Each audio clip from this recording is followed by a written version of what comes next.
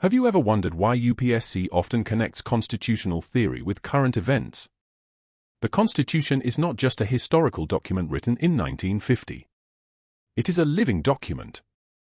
Every year, new political developments, court judgments, and policy debates test how the Constitution actually works in practice. Welcome to PS Choudhary.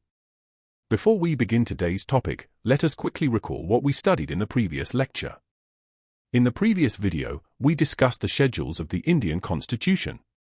We learned that schedules are like appendices that contain detailed lists and provisions supporting the main articles of the Constitution.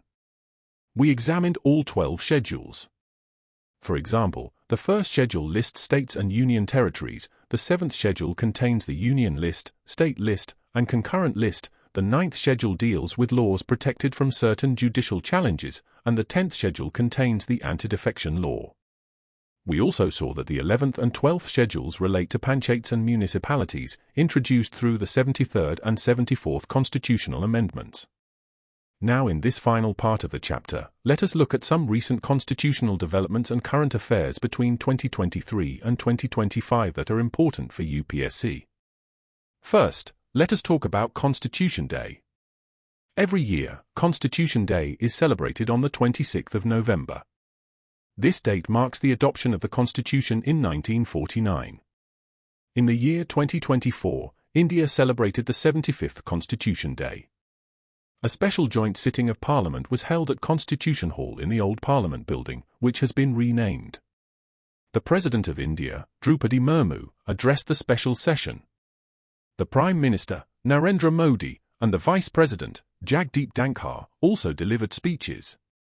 Now remember an important fact for UPSC. Constitution Day was officially declared in 2015. The government chose this date to commemorate the 125th birth anniversary of Dr. B.R. Ambedkar. Now let us move to another major constitutional development. In May 2023, India inaugurated its new Parliament building.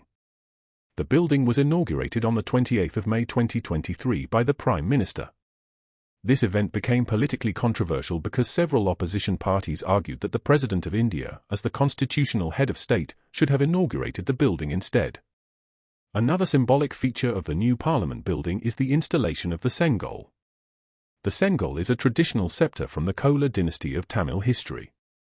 It was placed near the Speaker's chair in the Lok Sabha chamber. The Sengol symbolizes the transfer of power and the responsibility of just governance. Now from a constitutional perspective, this event raises an interesting institutional question. Who is the head of state in India? The answer is the President of India. However, India follows a parliamentary system. In this system, the Prime Minister acts as the head of government and often leads ceremonial or administrative functions. Now let us move to another important constitutional debate. This concerns the idea of one nation, one election. In 2024, the government set up a high-level committee to examine the feasibility of conducting simultaneous elections across India. This committee was chaired by former President Ramnath Kovind. The committee submitted its report in March 2024. It recommended a two-phase approach. In the first phase, elections to the Lok Sabha and state legislative assemblies would be conducted simultaneously. In the second phase, elections to local bodies such as panchayats and municipalities would also be synchronized. Following this report, the government approved the proposal for a constitutional amendment. The proposed Constitution 129th Amendment Bill was approved by the Cabinet in December 2024 and referred to a joint parliamentary committee for further examination. Now this proposal raises several constitutional issues. Implementing simultaneous elections would require amendments to several provisions of the Constitution. For example, Articles 83 and 172 deal with the duration of the Lok Sabha and state assemblies. Articles 85 and 174 deal with the dissolution and summoning of these legislatures. Article 356 relates to President's rule in states. These provisions may need modification to maintain synchronized election cycles. Critics of the proposal argue that it could weaken federalism and reduce the accountability of governments. Supporters argue that it would reduce election costs and administrative disruptions. This debate is therefore extremely important for UPSC from both constitutional and governance perspectives. Now let us discuss another major constitutional development. That is the continued importance of the basic structure doctrine. You may remember that this doctrine was established in the Kesavananda Bharati judgment of 1973. According to this doctrine, Parliament can amend the Constitution, but it cannot destroy its basic structure. In recent Supreme Court judgments during 2024 and 2025, the Court has again referred to this doctrine while examining constitutional issues.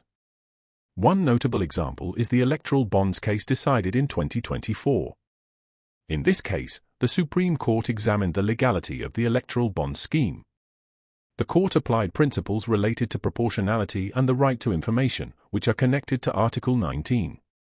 Ultimately, the Court struck down the electoral bond scheme.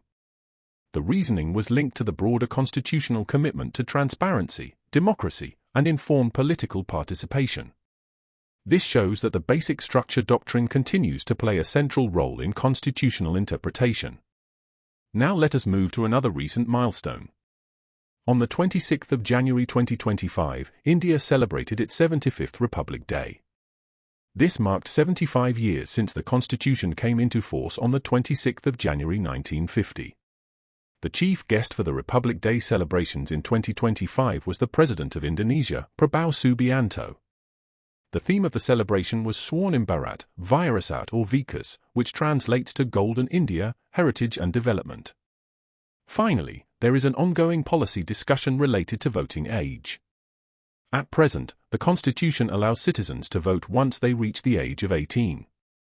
This was established through the 61st Constitutional Amendment in 1989, which reduced the voting age from 21 to 18. Recently, some discussions have emerged about the possibility of lowering the voting age to 17 or linking it with educational criteria. However, any such change would require another constitutional amendment.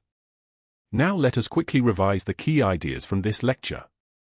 First, Constitution Day is celebrated on the 26th of November to mark the adoption of the Constitution in 1949, and the 75th Constitution Day was celebrated in 2024.